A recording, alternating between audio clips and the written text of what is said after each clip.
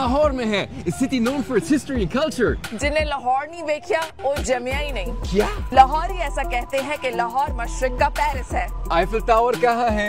Eiffel tower की जरूरत किसे है जब वॉल्ड सिटी ऑफ लाहौर की शानदार तारीख मौजूद है। वॉल्ड सिटी नाम क्यों रखा?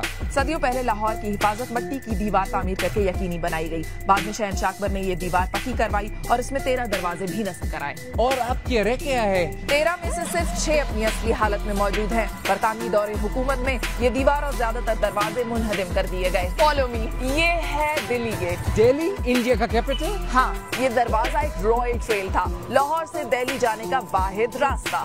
I'm crossing it. Maybe I'll reach Delhi. वो तो काफी दूर है, लेकिन रोशनाई गेट करीब है। It's also called the Gate of Lights.